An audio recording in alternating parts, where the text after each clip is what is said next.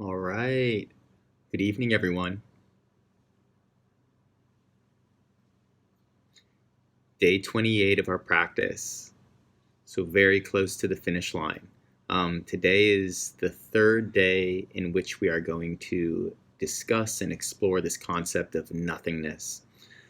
Um, and so, the way I interact with these philosophies, and I take them word by word, and I want to share this to support your relationship to them. And so I find that the most powerful way to recognize these concepts, which these ancient practitioners essentially worshipped, very close to the way,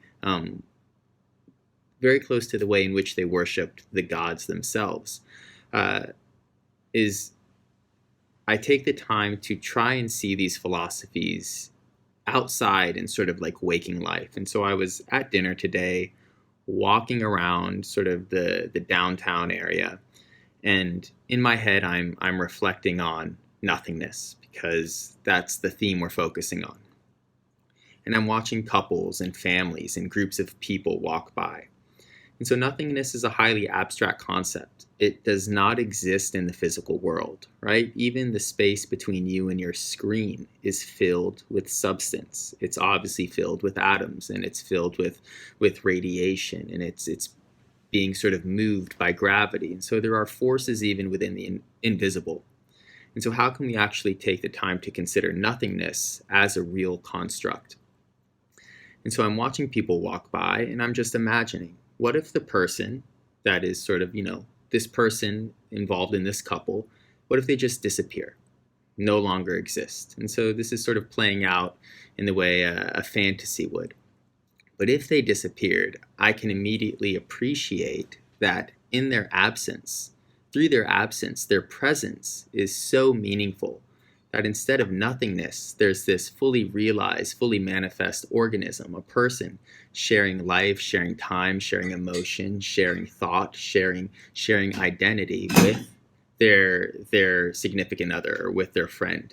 And in that, just within my own head, comparing them to their non-existence, their manifest existence becomes a miracle. And so this is the value point of learning to understand nothingness, and comparing anything you choose to its own absence is in that moment of comparison and that real feeling. The miracle of that chosen thing's innate beauty, innate divinity becomes very, very obvious. Okay, and so this is how I play out, the philosophies in the real world, and it helps me understand them a bit more deeply. Now, for us to move forward with this idea, I think it's important to consider what the herald of nothingness is. And the herald of nothingness is death. So the yogis appreciate that when an individual overcomes the fear of death, and this is sort of a virtue of a meditator, it's called abhinivesh. When they overcome the fear of death, and in that overcome the fear of nothingness, they see life's innate beauty. And this is entwined in the philosophy, this will not last. You are considering the reality of mortality and the reality of sort of eventual demise. And in that moment of really appreciating it, again, the miracle of the manifest experience sort of surges forth. And so in today's class, what we're going to focus on is the death of technique. And this is sort of a momentous mark in a meditator's journey. The Buddhists refer to it as first a student learns Buddha, and then a student learns no Buddha. And so when you're sitting today, I'd just like you to consider that you are not meditating, you're literally just sitting down.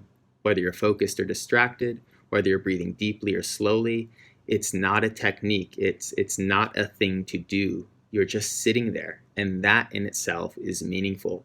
And if you can really sort of obliterate your idea that there is a technique to this and sit freely and intuitively with the simplicity of just being, you'll find I think a new joy, a new depth to your work. So let's get right to it today. Just sit down.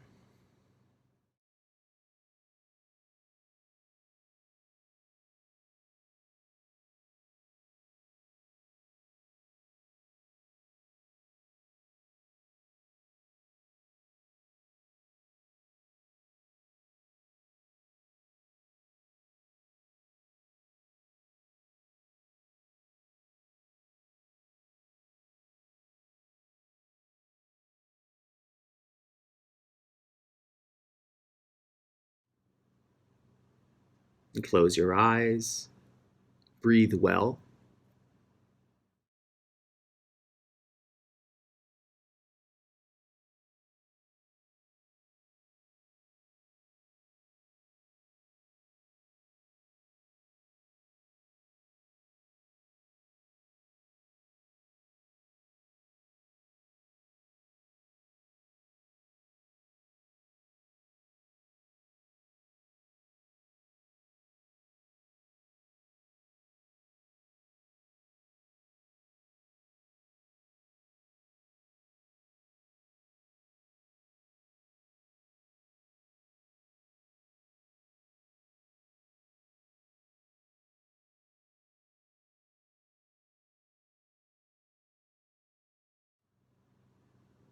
Nothingness.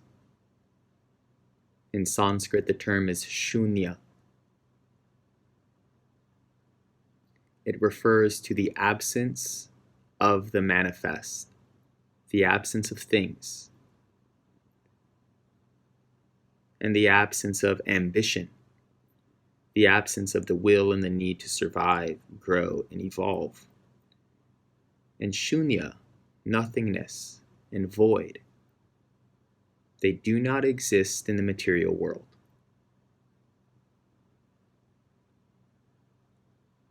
Because every square inch of this entire universe is jam-packed with creation. And so just think about that for a moment. There is no pocket corner, no secret crevice in this entire universe that harbors nothingness. And so where does it exist?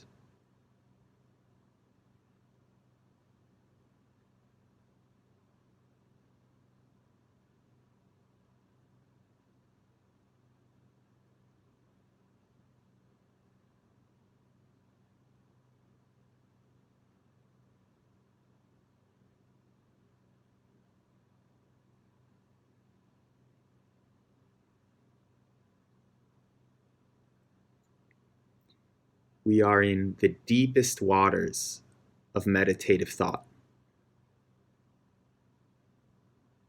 And if we learn to swim well and fearlessly in these waters, we will touch unique potential within this practice.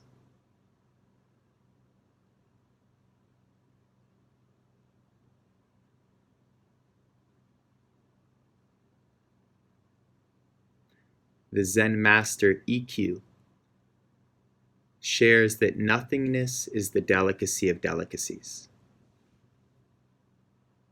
Nothingness is the unique privilege of a very strong mind that is capable of lifting and beholding the deepest of thoughts.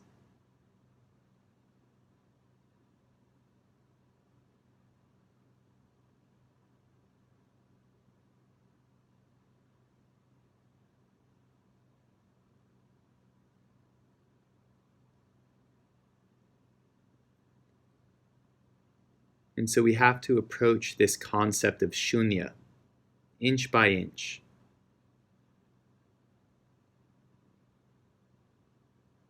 Let's take our practice and apply this concept to our practice specifically.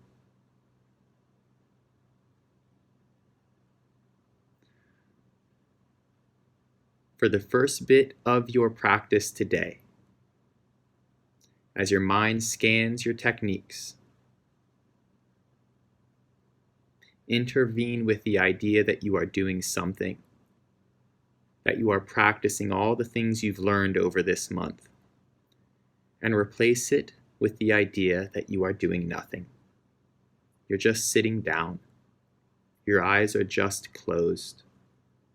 Your lungs are breathing by themselves.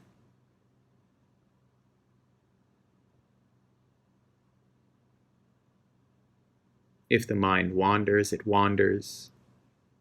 When it wanders back, it wanders back. Nothing is being done. And as you consider that and hopefully feel that, understand that that is a death of performance, a death of striving, a death of technicality. And there is a sweetness to that death. That is the delicacy of nothingness.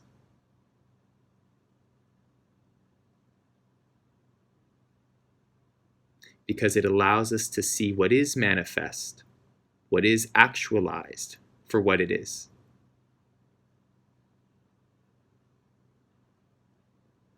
Let's all take a deep breath in and a slow breath out.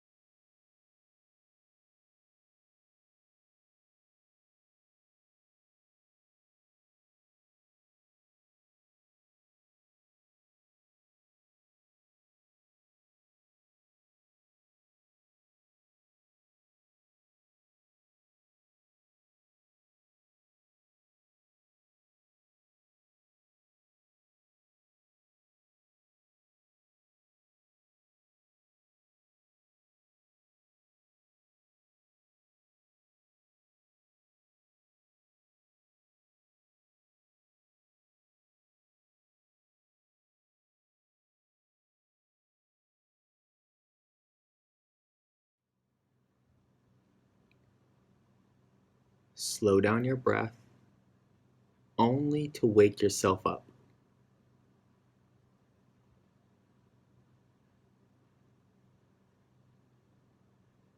Where is nothingness? If it doesn't exist in the material world? And the philosophical answer is within you.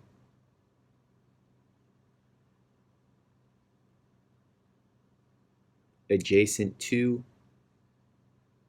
entwined with, or synonymous with the soul, Atman, the perfect center of your subjective existence, which is the only existence. And so notice that your body is still there, performing itself. Your cells are still metabolizing,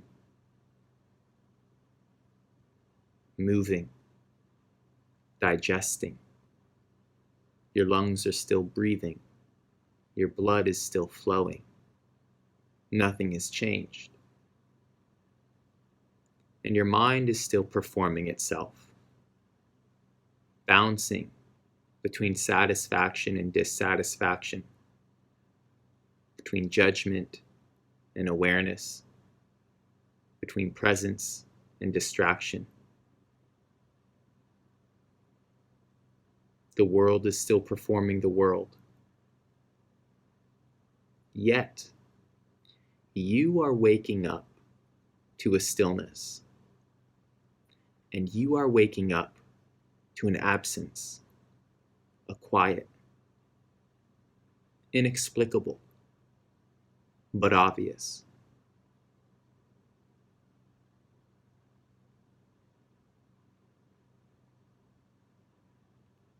And so a meditator prostrates and inches towards this nothingness. Again, reconnect to your practice and obliterate the idea that you're doing anything at all. You're just sitting down.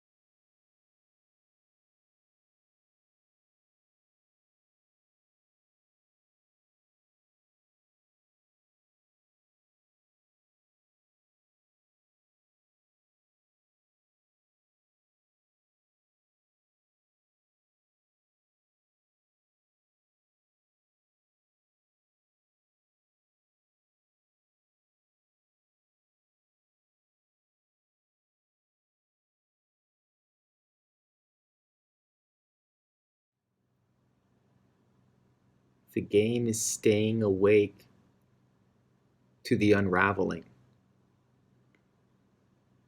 staying conscious while undoing.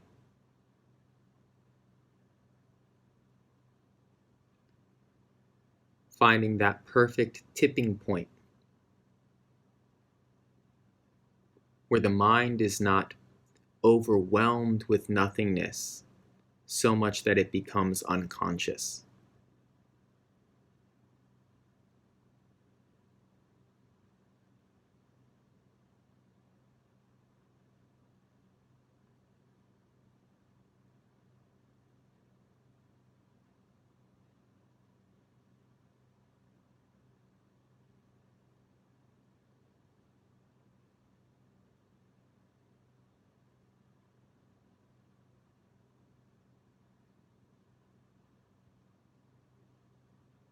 Meditation is both a process and an experience.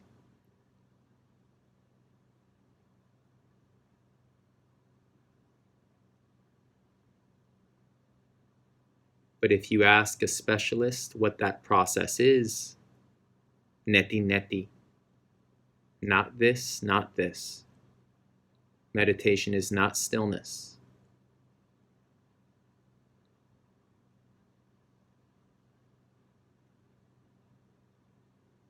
Meditation is not your stable breathing. Meditation is not a focused mind. Meditation is not the consequence of peace. It is not the capacity to see life as a miracle. Then what is it? It's nothing.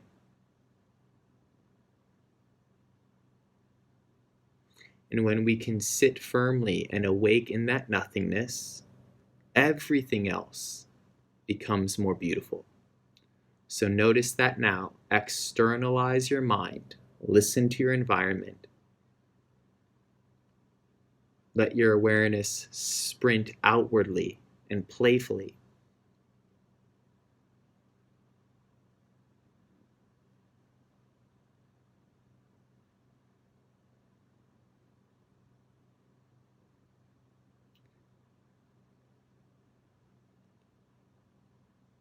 When we find that center position, we no longer compare life to its opposite.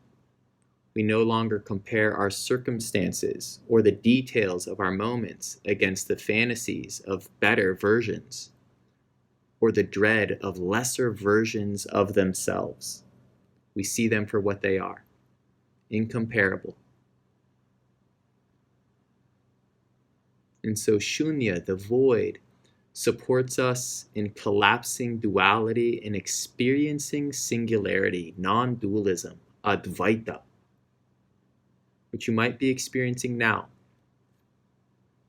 as evidenced through an increase in gratitude, an increase in appreciation, an increase in the sensorial experience, the artistry and aesthetic of your existence. Breathe to savor it.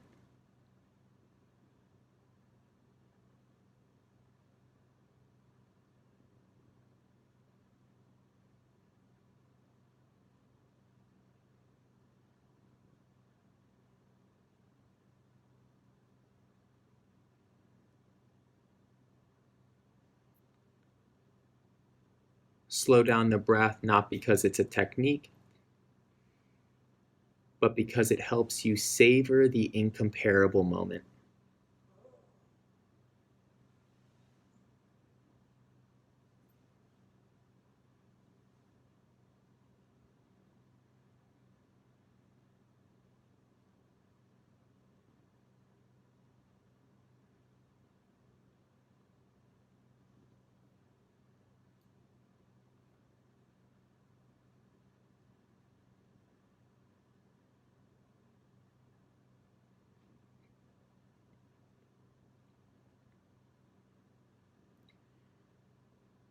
Now slowly bring your hands to heart center.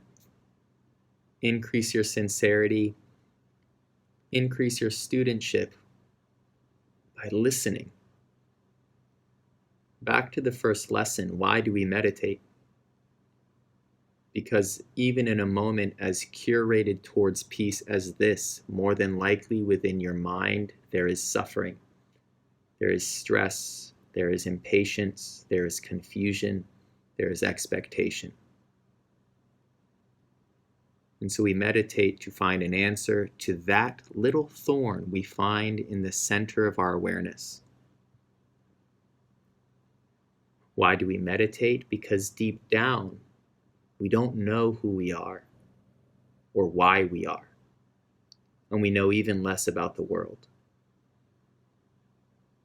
And the third reason is because for whatever reason, there is a hunch that the solution to that suffering and the answers to those mysteries exists more within us than outside us. When the solution of nothingness can be understood, we can let go of our attachment to the body, our judgment over our thoughts, and in that, see all of it, the sources of this suffering, the sources of this confusion, see all of it as a miracle as well. There is a detachment, a great disassociation, a gap that can be recognized. And so try to sense that. This is a little death. When we are no longer our bodies, no longer our curious or our ignorant minds, what can die?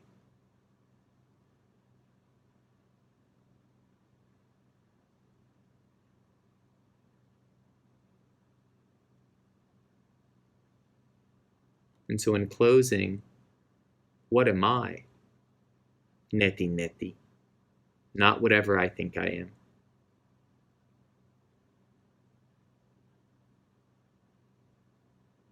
Thumb knuckles to third eye center. And so just technique again. There is technique, there is no technique. That is duality.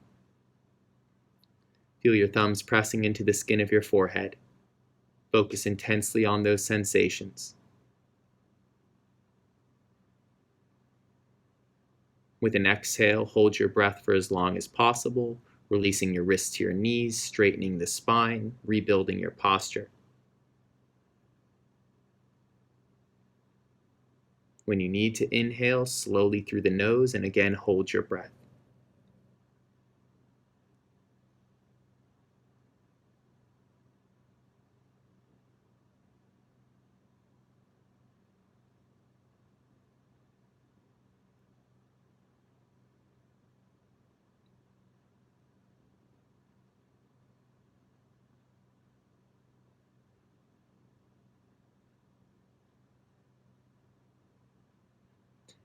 When you start breathing normally, just enjoy and savor the buzzing aliveness that comes from this breath technique. And in that heightened sense of physical wakefulness, look back into yourself. Shoonya, the void. Back to the Nietzsche quote. If you look long enough into that void, you'll find that it stares back. To the yogis, what stares back is something like a peach pit. It's real, and it's there. To the Buddhists, what stares back is somehow nothingness, the center of an orange when the segments are separated.